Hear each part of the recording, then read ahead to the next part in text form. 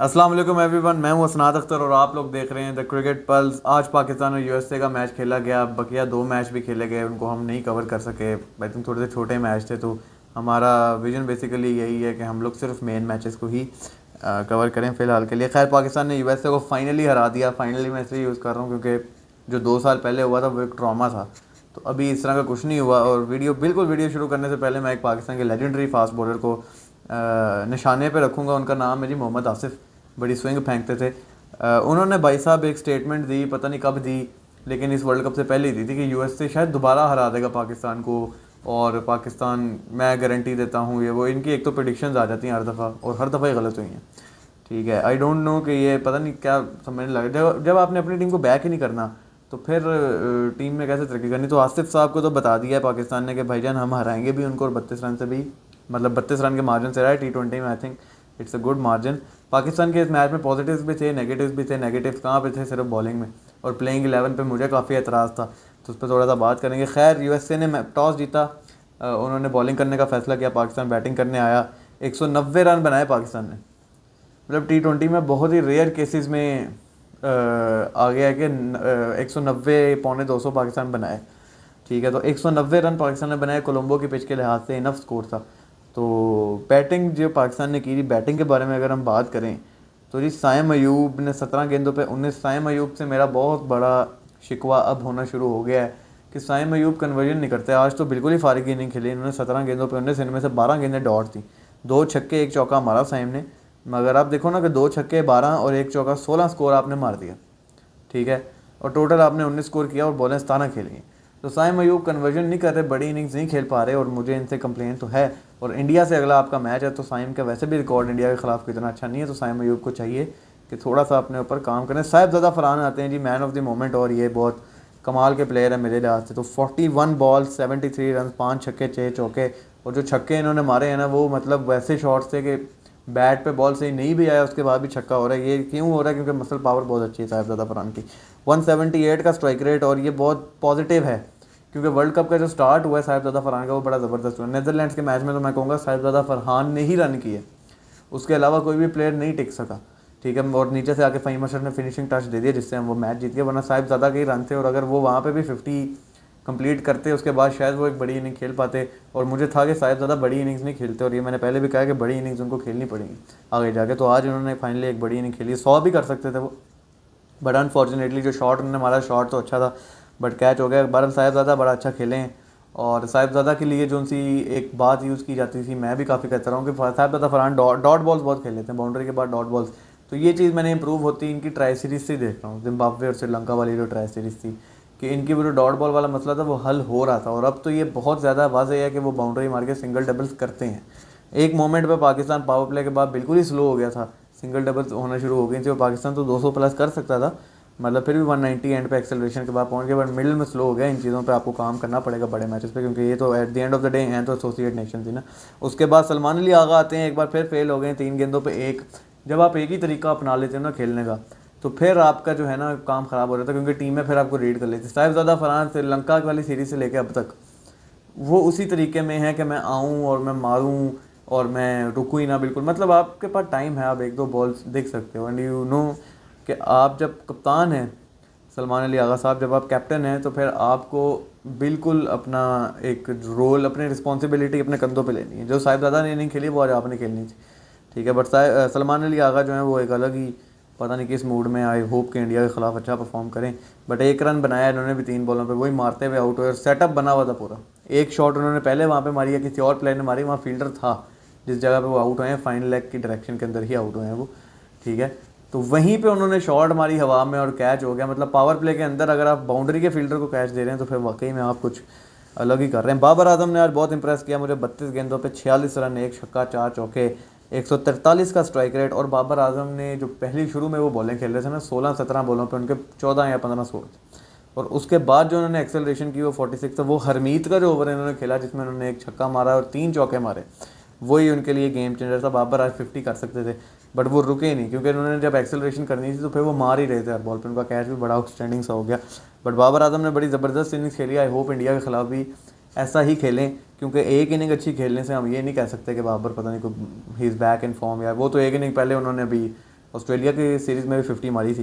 तो इंडिया के खिलाफ भी ऐसी इनिंग खेलने की ज़रूरत है, बट ये एक अच्छी इनिंग्स थी। बहुत लोग मतलब ट्रोल भी कर रहे हैं कि स्लो खेले, वो स्लो आप इनिंग्स को ब्रेक डाउन करना सीखें ना, कि शुरू में बाबर का स्ट्राइक रेट 100 से भी कम था और एंड पे 143 तक वो ले गए, तो ये एक अच्छी इनिंग्स है और एक्सेलरेशन की है जिसकी तवक्को थी हमें बाबर से, उन्होंने पूरा भी करके दिया और ये रोल है उनका 4 नंबर पे और इस रोल को उन्होंने बखूबी निभाया है।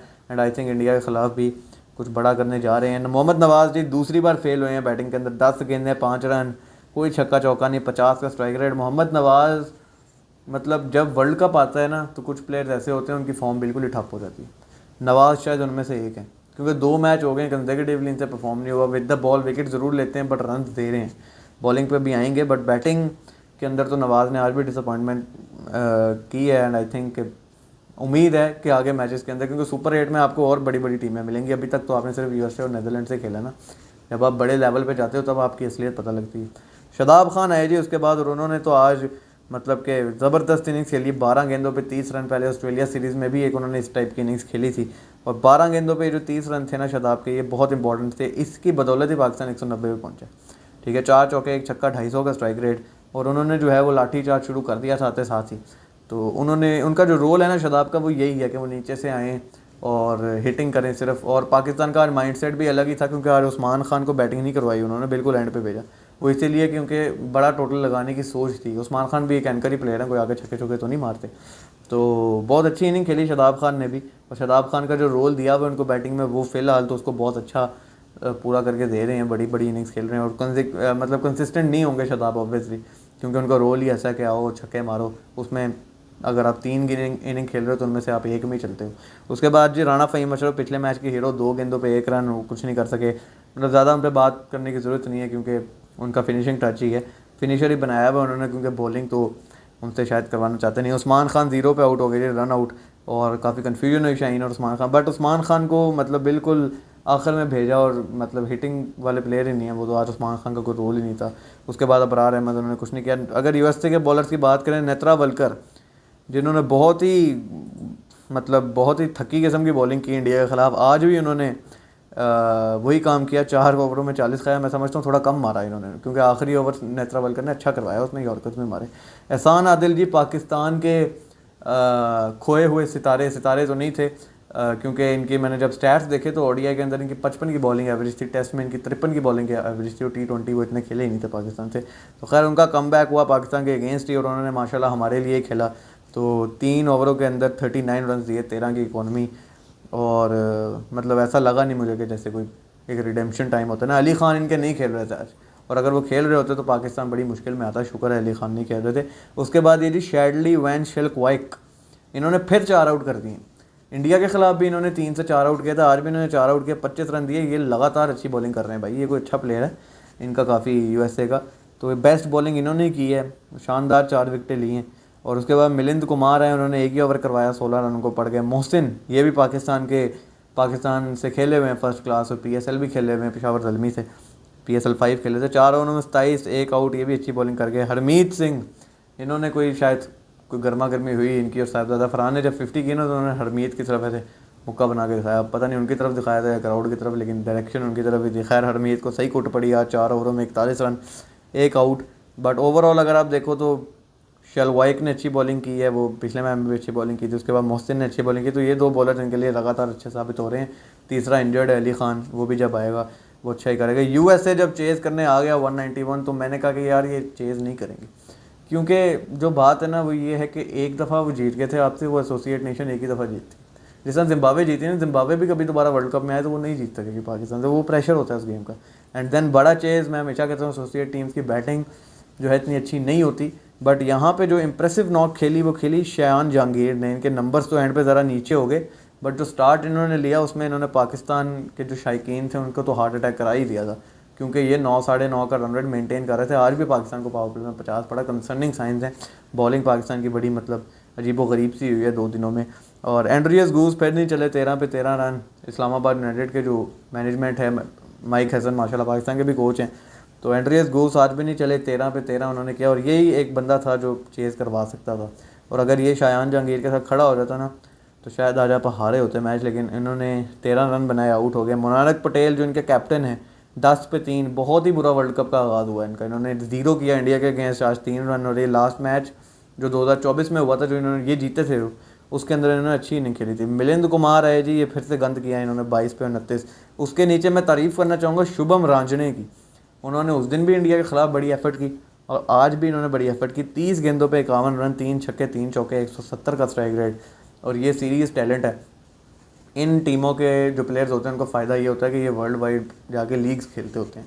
तो इनको भी अब लीग क्रिकेट में तो इनका नाम मुझे लगता है बनेगा, क्योंकि इन्होंने दोनों मैचेस में बड़ी अच्छी इनिंग्स खेली है, बट नहीं जितवा सके। उसके बाद कुछ खास किया नहीं इनकी बैटिंग ने। कृष्णा मूर्ति 0, हरमीत सिंह 6, मोहम्मद मोहसिन 0, शेलवाइक 1, एहसान आदिल 1। पाकिस्तान ने ऑल आउट नहीं किया यूएसए को। खैर पाकिस्तान 32 रन से मैच जीता। पाकिस्तान की बॉलिंग पे आ जाते हैं, और मैं बिल्कुल भी खुश नहीं हूँ जो पाकिस्तान ने बॉलिंग की है। और पहली बात तो आगा सलमान प्लेइंग 11 क्या खिला रहे हैं। आपने सारे स्पिनर भर दिए। मतलब ऐसे तो कोई क्रिकेट नहीं होती ना कि अब सारे स्पिनर्स हैं और कोई फास्ट बॉलर नहीं है, क्योंकि एक ही फास्ट बॉलर आपने खिलाया। फ़हीम अशरफ को हम फास्ट बॉलर कंसीडर नहीं करेंगे, क्योंकि उनको तो आपने पता नहीं, मतलब फास्ट बॉलर आप उनको समझते नहीं हो, क्योंकि उन्होंने तो ओवर ही नहीं करवाया कोई। ठीक है, और आपको अचानक से ज़रूरत पड़ेगी इनको किसी बड़े मैच में, जब कोई ऊपर से बॉलर विकेट नहीं ले रहा होगा ना, तब आपको फ़हीम की याद आएगी। और जब आपका रिदम टूटा होता है एक बॉलर का, तो वो कोई गारंटी नहीं होती उनकी कि वो अच्छी बॉलिंग करे। खैर शाहीन अफरीदी को 4 में 42 रन। शाहीन अफरीदी बहुत ऑफ कलर हैं। पहले मैच में भी इनको मार पड़ी, आज भी इनको अच्छी भली मार पड़ी भाई। 4 ओवरों में 42 रन। जो एक आउट इन्होंने किया वो एंड पे कर दिया था आखिरी ओवर में, जब मैच बिल्कुल डेड हो गया। 10.50 की इकॉनमी, और ये सलमान मिर्ज़ा की जगह पे खेल रहे हैं, जिन्होंने पहले मैच में 3 आउट किए। लॉजिक ही नहीं बनती इस चीज़ की, और कोई सेंस ही नहीं बना रही ये चीज़। सलमान मिर्ज़ा को आपने आउट किया। आगा सलमान ने कोई रीज़न नहीं दी थी टॉस पे। उन्होंने कहा unfortunately Salman Mirza misses out, but for what reason आपने कोई रीज़न नहीं दी। लेकिन जो भी है, खैर सलमान मिर्ज़ा को किसी तरह से एडजस्ट करो भाई, वो एक्स फैक्टर है इंडिया के अगेंस्ट। जिस तरह की वो वेरिएशंस फेंकता है, वो उनको ट्रबल करेंगी इंडियंस को। और इंडियंस थोड़ा सा फंसते भी हैं स्लो बॉल पे। आपने पूरे एशिया कप में देखा है, साइम अयूब ने आज एक ही ओवर करवाया, और साइम अयूब ने पिछले मैच में भी एक ही ओवर करवाया था। जब उससे ओवर करवाते हैं तो बहुत ही करवा देते हैं, जब इनका नहीं दिल होता तब एक आधा करा के साइड पे कर देते हैं। और इन्होंने एक करवाया ओवर, कोई आउट नहीं किया, 11 रन दिया। अबरार अहमद 4 में 30, एक आउट, 30 रन पड़ गए अबरार अहमद को। और उनकी जो इकॉनमी कैरियर की है वो 6 साढ़े 6 की है। उस हिसाब से थोड़े से एक्सपेंसिव रहे हैं, और अबरार के नसीब में मुझे लगता है 1-2 से ज़्यादा विकटें हैं। 50 विकेट्स के लिए वो स्ट्रगल कर रहे हैं। आज भी उन्होंने एक ही आउट किया, 49 विकेट्स उनकी हो गई हैं। तो खैर उन्होंने एक आउट किया, और अबरार जब थे, मुझे पता था कि अबरार को मारना इतना आसान नहीं होता। उसके बावजूद ये अच्छा खेल गया अबरार के खिलाफ, 30 रन किए इन्होंने। नवाज़ ने 3 ओवर में 21 रन दिए, और इन्होंने एंड्रिस गूस को आउट किया, एक ही आउट किया। बड़ी विकेट थी है, बट नवाज़ भी थोड़ा सा ऑफ कलर होते जा रहे हैं। वो डेंजर नवाज़ का रहा नहीं है। जब वो कम बैक करके आए थे तो वो एक बहुत मतलब दुनिया में विकेट्स ले रहे थे, और दुनिया के अंदर टॉप विकेट टेकर थे वो पिछले साल के। तो अभी थोड़ा सा इनके लिए मसला आ रहा है। शादाब खान लगातार इंप्रेस कर रहे हैं। मैंने बहुत बात की शादाब खान क्यों वापस आ रहे हैं और फुल टॉसें ये वो, कोई फुल टॉसें नहीं फेंक रहे। आज उन्होंने बैट के साथ भी बड़ा अच्छा किया। बॉलिंग में सिर्फ 26 रन दिए 4 ओवर में, 2 आउट किए, और 2 बड़े इंपॉर्टेंट आउट किए। मुनानक पटेल को आउट किया, और दूसरा मुझे सही से याद नहीं आ रहा किसको किया, खैर ऊपर से जाके देख ही लेते हैं। तो मुनानक पटेल को इन्होंने आउट किया, उसके अलावा इन्होंने शान जहांगीर को आउट किया। तो दोनों इन्होंने बड़ी विकटें ली हैं शादाब ने। तो शादाब लगातार इंप्रेस कर रहे हैं। उसके बाद आज पाकिस्तान का एक्स फैक्टर जो मैं कह रहा था कि वर्ल्ड कप में डायरेक्ट इंडिया के खिलाफ खिला, इन्होंने आज ही खिला दिया। 4 ओवरों में 27 खाए, 3 आउट किए, एक टाइम पे ऑन हैट्रिक भी थे। बट उस्मान तारिक वाकई में नहीं पकड़ा जा रहा किसी से। इनको आज शुरू में मार पड़ी है, बट उसके बाद इन्होंने अच्छा कवर अप कर लिया। तो एक्स फैक्टर यही है इंडिया के खिलाफ। अब आपने अगर इनको भी खिलाना है इंडिया के खिलाफ, तो ऊपर से फिर आपको एक ऑलराउंडर तो कंफर्म ही बाहर करना पड़ेगा ना। ठीक है, एक ऑलराउंडर तो आपको कंफर्म बाहर करना पड़ेगा। तो वरना फिर आप उस्मान तारिक को, क्योंकि सलमान मिर्ज़ा को खेलना चाहिए, और इंडिया के अगेंस्ट आप ये हरकत नहीं कर सकते कि एक ही पेसर खिलाया, बाकी सारे स्पिनर ठोक दिए, मतलब घुसाए हुए हैं। तो वो तो फिर पकड़ लेंगे, जाहिर सी बात है। इंडियन टीम है वो, यूएसए और नीदरलैंड की टीम तो नहीं है। तो पाकिस्तान को अपनी बॉलिंग पे ज़रा काम करने की ज़रूरत है। बैटिंग पाकिस्तान की अच्छी है। मिडल ऑर्डर में अभी भी मैं समझता हूँ मसला है, क्योंकि अभी तक टॉप ऑर्डर ने पावर प्ले अच्छा खेल के दिया। जिस दिन बुरा खेलेंगे उस दिन क्या अप्रोच होगी इनकी, वो तो तब की तभी देखी जाएगी। खैर पाकिस्तान पॉइंट्स टेबल पे टॉप पे आ चुका है। रन रेट पे कोई इतना खास फर्क नहीं पड़ा, क्योंकि 32 रन से ही जीते हैं। और यूएसए की ने भी कोशिश की इस मैच को जीतने की, लेकिन ज़ाहिर है स्कोर ही बहुत ज़्यादा था। पाकिस्तान का अगला मैच इंडिया से 15 फरवरी को, बहुत बड़ा मैच है, क्योंकि पाकिस्तान की टीम जो है उन्होंने गवर्नमेंट ने अलाउ कर दी है खेलने के लिए। तो पाकिस्तान खेलेगा वो मैच 15 फरवरी को 6 बजे, 6:30 बजे वो मैच शुरू होगा। और वो प्रेमदासा स्टेडियम कोलंबो में है। ये सेनेलीज क्रिकेट क्लब में मैचेस हुए हैं सारे। ये सिर्फ इंडिया वाला मैच जो है वो प्रेमदासा क्रिकेट स्टेडियम में है। तो इंपॉर्टेंट मैच है। लेट्स सी पाकिस्तान क्या करता है। होप पाकिस्तान जीते वो मैच, और पाकिस्तान पॉइंट्स टेबल पे भी टॉप पे चला गया। और सुपर 8 के लिए क्वालिफाई करना पाकिस्तान के बहुत ज़रूरी है। मैं तो कहता हूँ कर ही लिया मेरे ख्याल से, क्योंकि नमीबिया से तो कोई भी नहीं हार सकता ना, मतलब नमीबिया से तो जीतेंगे सारे। तो खैर ये थी आज की वीडियो पसंद आई लाइक करें, चैनल को सब्सक्राइब करें। न्यूट्रल और फेयर एनालिसिस सुनने के लिए। पाकिस्तान जीत गया, I hope Pakistan world cup में और अच्छी परफॉर्मेंस दे, सेमीफाइनल खेले, फाइनल खेले और ट्रॉफी जीते। इंडिया को रहा है स्पेशली 15 फरवरी को। तो कल मैचेस हैं, 3 मैचेस हैं, कल ऑप्शन भी है बाय द वे PSL का, बट उसके ऊपर कोई मेरा मूड नहीं है वीडियो बनाने के लिए। बट कल के जो 3 मैचेस हैं उनमें अफगानिस्तान ने खेलना है साउथ अफ्रीका से, उसके अलावा इंग्लैंड और वेस्ट इंडीज़ का जो मैच है रात में वो बड़ा मैच है। तो कल इंशाल्लाह ताला 2 वीडियोज़ में आपसे मुलाकात होगी। तब तक के लिए मुझे दीजिए इजाज़त। अल्लाह हाफ़िज़।